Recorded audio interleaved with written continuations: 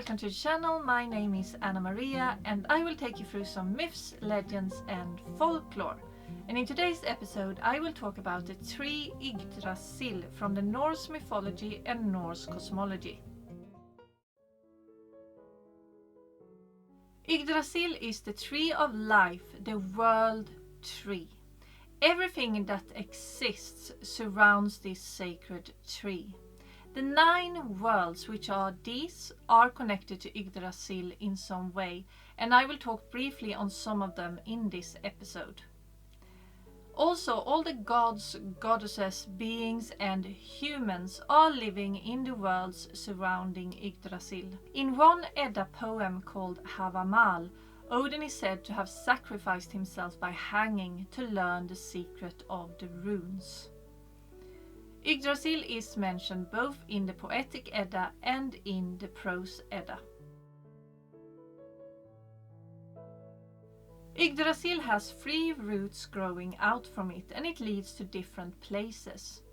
One of the roots goes to Midgård and Asgård. Midgård is where the humans lives, and it lays between the gods and the giants and is surrounded by water. Asgård lays in the middle of Midgård, and that is where the gods and goddesses lives, and it's also where Yggdrasil is growing from. One of the other routes leads to Jotunheim, or sometimes called Utgård. Jotunheim is the home of the giants and Utgård is their stronghold. It's also home for other evil forces. It lays outside of the water. So we have Yggdrasil in the middle with Asgård, and then it's Midgård, then it's the water, and then it is Jotunheim. The 3rd route goes to Niflheim. That stands for Land of the Mist or World of the Mist, most commonly known as the underworld, the land of the dead. But it has also been described as an ice kingdom in the north that was very cold and inhospitable. Underneath the 3 roots are also 3 wells. One of them is Urdarbrunnen, which stands for Well of Fate or Well of Urd.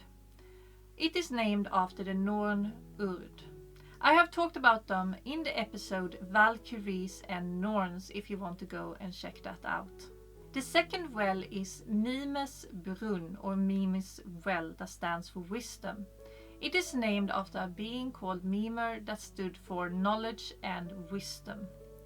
Mimer was beheaded and Odin carried his head around for advice. Underneath the 3rd well is where the river Vergelmir is sprung from. Vergelmir stands for bubbling boiling spring or bubbling boiling cauldron.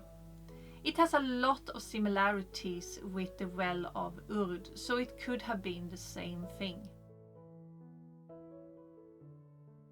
In the tree crown, 4 stags are living amongst the branches, and their names are Dain, Dvalin, Dunjor and Duratror. In their horns, morning dew is accumulated and it's forming the rivers of the worlds. They are also chewing on the branches and eating the leaves of Yggdrasil. Other animals surrounding Yggdrasil is Räsvelg that sits on top of the tree. Räsvelg is a Jötun depicted as an eagle, and it creates all the wind for the worlds. This eagle has also been unnamed in a lot of sources, but is mostly associated with Räsvelg. Someone else up at the top with the eagle is Väderfölne. Väderfölne is a hawk that sits between the eyes of the eagle. Because Väderfölne is on the top of the world, he lost all his color to sun and wind. At the top is also a rooster called Gyllenkam. Gyllenkam is in charge of night and day, but more importantly has the job of waking up the fallen warriors when Ragnarök is coming. Ragnarök is a series of events that leads to extinction in the end. Down by the roots are Nidhögg.